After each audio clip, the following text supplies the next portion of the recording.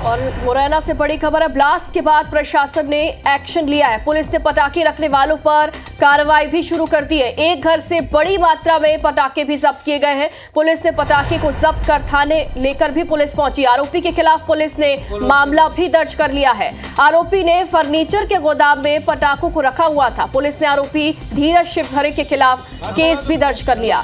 जौरा शहर के पुराना बस स्टैंड इलाके में यह कार्रवाई हुई। तो पिछले दिनों मुरैना में ब्लास्ट हुआ था। एक घर में पटाखे रखे गए थे और इस दौरान वहां पर ब्लास्ट हुआ था और इस मामले के बाद अब प्रशासन ने एक्शन लिया है और पटाखे रखने वालों पर कार्रवाई भी शुरू कर दी। ज्यादा जानकारी के लिए हमारे सहयोगी सत्येंद्र हमारे साथ जुड़ गए। सत्येंद्र, अब जो पुलिस है वो एक्शन मोड में नजर आ रही है और अब कार्रवाई भी शुरू कर दी गई है।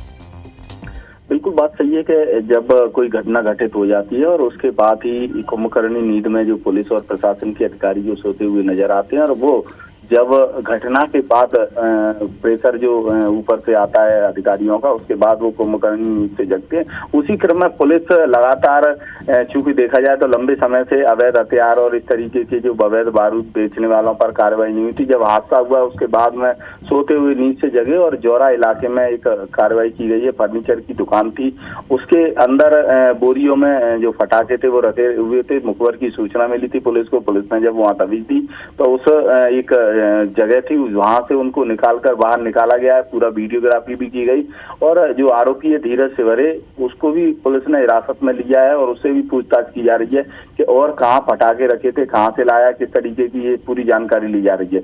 लेकिन जब कहीं ना कहीं बड़े हादसे हो जाते हैं उसके बाद ये कार्रवाइयां शुरू होती हैं तो एक बड़ा ही चिंता का विषय है। चूंकि समय समय पर इससे पूर्व भी देखा जाए कई अधिकारी उन्हें समय समय पर जैसे ही त्योहार आते हैं तो पूरे मुरैना में क्या पूरे मध्य प्रदेश में ये कार्रवाई शुरू हो जाती है कि अवैध पटाखों का भंडारण या जिस तरीके की कोई गतिविधियां हो रही हो तो उन पर कार्रवाई की जाए। लेकिन मुरैना में देखने में आया है कि लंबे समय से ये कार्रवाई पूरी तरह से बनती, चाहे अवैध हथियारों की बात की जाए या अवैध जो पटाखे हैं।